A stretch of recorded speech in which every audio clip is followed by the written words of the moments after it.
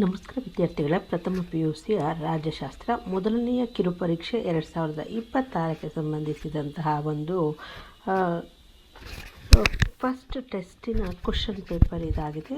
ವಿಷಯ ರಾಜ್ಯಶಾಸ್ತ್ರಕ್ಕೆ ಸಂಬಂಧಿಸಿರುವಂಥದ್ದು. ಪ್ರಥಮ PUCಯ ಒಂದು ರಾಜ್ಯಶಾಸ್ತ್ರದ ಪ್ರಶ್ನೆ ಪತ್ರಿಕೆ. ಈ ಒಂದು ಪ್ರಶ್ನೆ ಪತ್ರಿಕೆಯ ಜೊತೆಯಲ್ಲಿಯೇ ಉತ್ತರಣವನ್ನು ಕೂಡ ನೋಡ್ತಾ ಹೋಗೋಣ. ನೋಡಿ, ಕೆಲವೊಂದು ಕಾಲೇಜ್ಗಳಲ್ಲಿ ಈಗಾಗಲೇ ರಾಜ್ಯಶಾಸ್ತ್ರಕ್ಕೆ ಸಂಬಂಧಿಸಿದಂತಹ ಒಂದು ಕಿರುಪರೀಕ್ಷೆ ಮುಗಿದಿದೆ. ಇನ್ನು ಕೆಲವು ಕಾಲೇಜುಗಳಲ್ಲಿ ಇನ್ನೂ ನಡೀತಾ ಇರೋದ್ರಿಂದ ಈ ಒಂದು ಪ್ರಶ್ನೆ ಪತ್ರಿಕೆಯ ಮಾದರಿಯಂತೆ ನಿಮ್ಮ ಒಂದು ನಡೆಯುವಂತಹ ಕಿರುಪರೀಕ್ಷೆಯೂ ಕೂಡ ಇದೇ ರೀತಿಯಾಗಿ ಪ್ರಶ್ನೆ ಪತ್ರಿಕೆ ಇರುತ್ತೆ ಅನ್ನುವಂತಹ ಉದ್ದೇಶದಿಂದ ಹಾಗೆ ಬರೆಯುವಂತಹ ವಿದ್ಯಾರ್ಥಿಗಳಿಗೆ ಈಸಿಯಾಗಲಿ ಅಥವಾ ಗೊತ್ತಿರುವಂತಹ ಈಗಾಗಲೇ ಬರೆದಿರುವಂತಹ ವಿದ್ಯಾರ್ಥಿಗಳು ಉತ್ತರವನ್ನು ಚೆಕ್ ಮಾಡ್ಕೊಳ್ಳಿ ಅಂತ ಹೇಳ್ತಾ ಈ ಒಂದು ವಿಡಿಯೋವನ್ನು ಪ್ರಾರಂಭಿಸ್ತಾ ಇದ್ದೇನೆ. ಹಾಗಿದ್ರೆ ನೋಡ್ತಾ ಹೋಗೋಣ. ಮೊದಲನೆಯದು ಮಲ್ಟಿಪಲ್ ಚಾಯ್ಸ್ ಬಂದಿಟ್ಟು 3 ಇರುತ್ತೆ. ದಿ ಪಾಲಿಟಿಕ್ಸ್ ಕೃತಿಯ ರಚನಾಕಾರರು ಕೆಳಗಿನವರಲ್ಲಿ ಯಾರು ಅಂತ ಇದೆ. ಅದು ಅರಿಸ್ಟಾಟಲ್. ಇನ್ನು ರಾಜ್ಯ ಎಂಬ ಪದವನ್ನು ಬಳಸಿದಂತಹ ಮೊದಲಿಗರು ಯಾರು ಅಂದರೆ ನಿಖಿಲೋ ಮೆಕೆವಲ್ಲಿ ಅನ್ನುವಂಥದ್ದು. ಇನ್ನು ಸಮಾನತೆ, ಸ್ವಾತಂತ್ರ್ಯ ಮತ್ತು ಭ್ರಾತೃತ್ವ ಎಂಬ ಪರಿಕಲ್ಪನೆಗಳನ್ನು ಎತ್ತಿ ಹಿಡಿದ ಕ್ರಾಂತಿ ಯಾವುದು ಅಂದರೆ ಅದು ಫ್ರಾನ್ಸ್ ಅಥವಾ ಫ್ರೆಂಚ್ ಕ್ರಾಂತಿ ಅಂತ ಹೇಳ್ಬಿಟ್ಟು. ಇನ್ನು ಖಾಲಿ ಬಿಟ್ಟಿರುವ ಸ್ಥಳಗಳನ್ನು ಭರ್ತಿ ಮಾಡಿರಿ ಅಂತ ಇದೆ. ಇದು ಕೂಡ ಅಷ್ಟೇ, ಫಿಲ್ ಇನ್ ದ ಬ್ಲ್ಯಾಂಕ್ಸ್ 3 ಇರುತ್ತೆ. ಇನ್ನು ಮೊದಲನೆಯದು ಸಂಘಗಳ ಸಂಘ ಯಾವುದು ಅಂದರೆ ಅದು ರಾಜ್ಯ.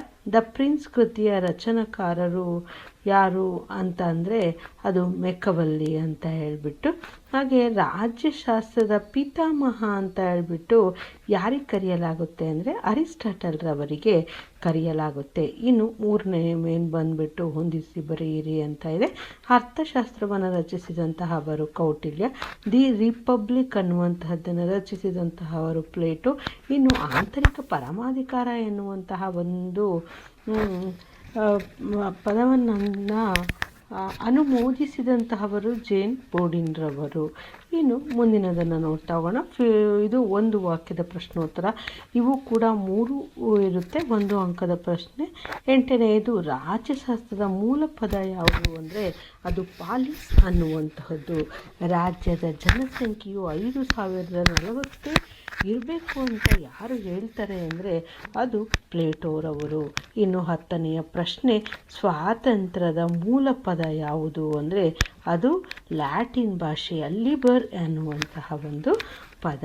ಇನ್ನು ಮುಂದಿನ ಒಂದು ಮೇನ್ ಬಂದುಬಿಟ್ಟು 2 ಅಂಕದ ಪ್ರಶ್ನೋತ್ತರಗಳಿರುತ್ತೆ. 8 ಪ್ರಶ್ನೆಗಳಿಗೆ ನೀವು 2 ಅಂಕದ ಒಂದು ಪ್ರಶ್ನೆಗಳಿಗೆ ಉತ್ತರಿಸಬೇಕಾಗುತ್ತೆ. ಮೊದಲನೇ ರಾಜ್ಯಶಾಸ್ತ್ರವನ್ನು ವ್ಯಾಖ್ಯಾನಿಸಿ ಅಂತ ಕೇಳಿದರೆ ಅರ್ಥಶಾಸ್ತ್ರವು ಹಣ, ಸಂಪತ್ತನ್ನು, ಹಾಗೆ ಜೀವಶಾಸ್ತ್ರವು ಸಕಲ ಜೀವರಾಶಿಗಳ ಜೀವವನ್ನು, ಸಂಖ್ಯಾಶಾಸ್ತ್ರವು ಅಂಕಿಅಂಶಗಳ ಅಧ್ಯಯನ ಮಾಡುವಂತೆ ಸರ್ಕಾರದ ಒಂದು ವಿದ್ಯಮಾನಗಳನ್ನು ಅಧ್ಯಯನ ಮಾಡುವಂತಹ ಒಂದು ಶಾಸ್ತ್ರವೇ ರಾಜ್ಯಶಾಸ್ತ್ರ. ರಾಷ್ಟ್ರ ಅಂದ್ರೇನು ಅಂತ ಅಂದರೆ 12ನೆಯ ಪ್ರಶ್ನೆ ರಕ್ತ ಸಂಬಂಧದಿಂದ ಬಂಧಿಸಲ್ಪಟ್ಟು ಒಂದೇ ಜನಾಂಗಕ್ಕೆ ಸೇರಿದ ಜನರನ್ನು ರಾಷ್ಟ್ರ ಅಂತ ಹೇಳ್ಬಿಟ್ಟು ಕರೆಯಲಾಗುತ್ತೆ.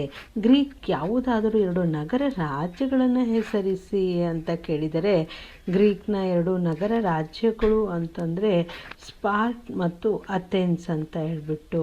ಹಾಗೆ ಪರಮಾಧಿಕಾರ ಎಂಬ ಪದದ ಅರ್ಥ ಏನಪ್ಪ ಅಂತ ಅಂದರೆ ಇದು ಸಾವರಂಟಿ ಎಂಬ ಇಂಗ್ಲೀಷ್ ಪದದ ಒಂದು ಕನ್ನಡ ಅನುವಾದ ಆಗಿದೆ. ಸಾವರಂಟಿ ಅನ್ನುವಂತಹ ಒಂದು ಪದವು ಲ್ಯಾಟಿನಿನ ಸುಫ್ರನಸ್ ಎನ್ನುವಂತಹ ಪದದಿಂದ ಬಂದಿದೆ. ಈ ಸುಫ್ರನಸ್ ಅಂತ ಅಂದರೆ ಪರಮಶ್ರೇಷ್ಠ, ಸರ್ವೋಚ್ಚ ಅಂತ ಹೇಳ್ಬಿಟ್ಟು.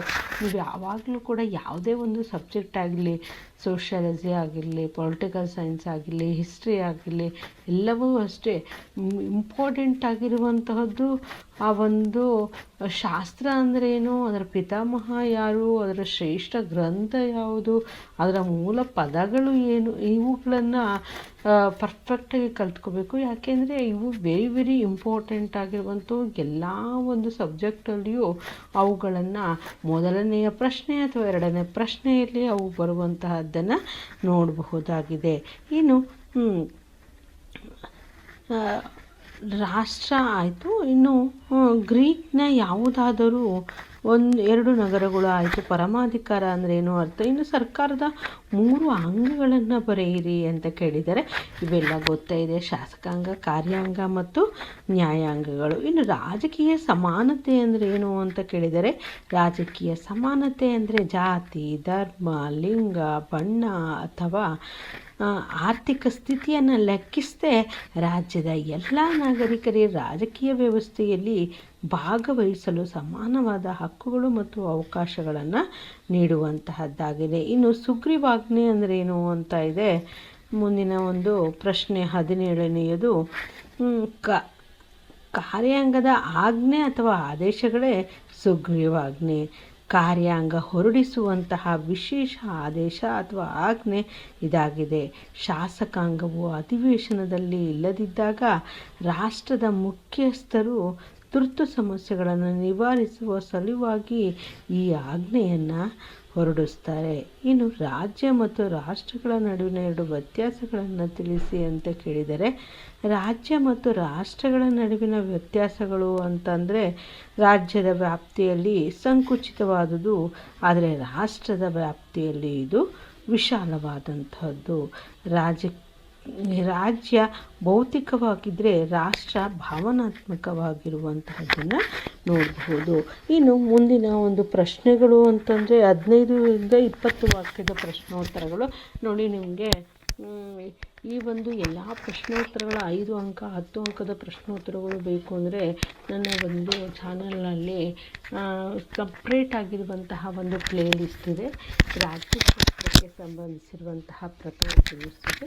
ಅಲ್ಲಿ ಹೋಗ್ಬಿಟ್ಟು ನೀವು ಆನ್ಸರ್ಸನ್ನು ಮಾಡಬಹುದು. ನೋಡಿ, 19ನೆಯ ಪ್ರಶ್ನೆ ರಾಜ್ಯದ ವ್ಯಾಪ್ತಿಯನ್ನು ವಿವರಿಸಿ. ಇದು 5 ಅಂಕದ ಪ್ರಶ್ನೆಗಳು. ರಾಜ್ಯ ಮತ್ತು ಸಮಾಜದ ನಡುವಿನ ವ್ಯತ್ಯಾಸಗಳನ್ನು ಬರೆಯಿರಿ ಅಂತ ಕೇಳಿದರೆ ನೋಡಿ, ಪರಮಾಧಿಕಾರದ ಅರ್ಥ ಏನು, ಹಾಗೆ ಅದರ ಗುಣಲಕ್ಷಣಗಳನ್ನು ವಿವರಿಸಿ ಅಂತ ಕೇಳಿದರೆ ರಾಜ್ಯಶಾಸ್ತ್ರವು ಒಂದು ವಿಜ್ಞಾನ ಎಂಬುದನ್ನು ವಿವರಿಸಿ ಅಂತ ಇದೆ. ರಾಜ್ಯ ಮತ್ತು ರಾಷ್ಟ್ರಗಳ ನಡುವಿನ ವ್ಯತ್ಯಾಸವನ್ನು ಬರೆಯಿರಿ ಅಂತ ಇದೆ. ನೋಡಿ, ಇಲ್ಲಿ 18ನೆಯ ಪ್ರಶ್ನೆಯಲ್ಲಿಯೂ ಕೂಡ ಒಂದು 2 ಅಂಕದ ಪ್ರಶ್ನೆಯಾಗಿ ಕೇಳಿದರೆ ಇಲ್ಲಿ 5 ಅಂಕಗಳಿಗೆ ಕೇಳಲಾಗಿದೆ. 5 ಅಂಕಗಳಿಗೆ ಅಂದರೆ 5 ವ್ಯತ್ಯಾಸಗಳನ್ನು ಬರೀಬೇಕಾಗುತ್ತೆ. 2 ಅಂಕಗಳಿಗೆ ಕೇಳಿದಾಗ 2 ಅಂಕಗಳಿಗೆ ಮಾತ್ರ ಬರೀಬೇಕಾಗುತ್ತೆ. ಇನ್ನು 7th ಮೇನ್ ಬಂದುಬಿಟ್ಟು ರಾಜ್ಯಶಾಸ್ತ್ರ ಎಂದರೇನು, ಸಮಕಾಲೀನ ಪ್ರಪಂಚದಲ್ಲಿ ರಾಜ್ಯಶಾಸ್ತ್ರದ ಒಂದು ಪ್ರಾಮುಖ್ಯತೆಯನ್ನು ವಿವರಿಸಿ ಅಂತ ಕೇಳಿದರೆ ರಾಜ್ಯ ಎಂದರೇನು ಅಥವಾ ಅದರ ಮೂಲಾಂಶಗಳನ್ನು ವಿವರಿಸಿ ಅಂತ ಇದೆ. ಕಾನೂನು ಎಂದರೇನು, ಅದರ ವಿಧಗಳನ್ನು ಚರ್ಚಿಸಿ ಅಂತ ಇದೆ. ಇಷ್ಟು ನಿಮ್ಮ ಒಂದು ಪ್ರಥಮ PUCಗೆ ಮೊದಲನೆಯ ಕಿರುಪರೀಕ್ಷೆಯ ಈ ಒಂದು ಆಗಸ್ಟ್ನಲ್ಲೇ ನಡೆದಿರುವಂತಹ ಪ್ರಶ್ನೆ ಪತ್ರಿಕೆಯ ಒಂದು ಉತ್ತರವಾಗಿತ್ತು. ಧನ್ಯವಾದಗಳು.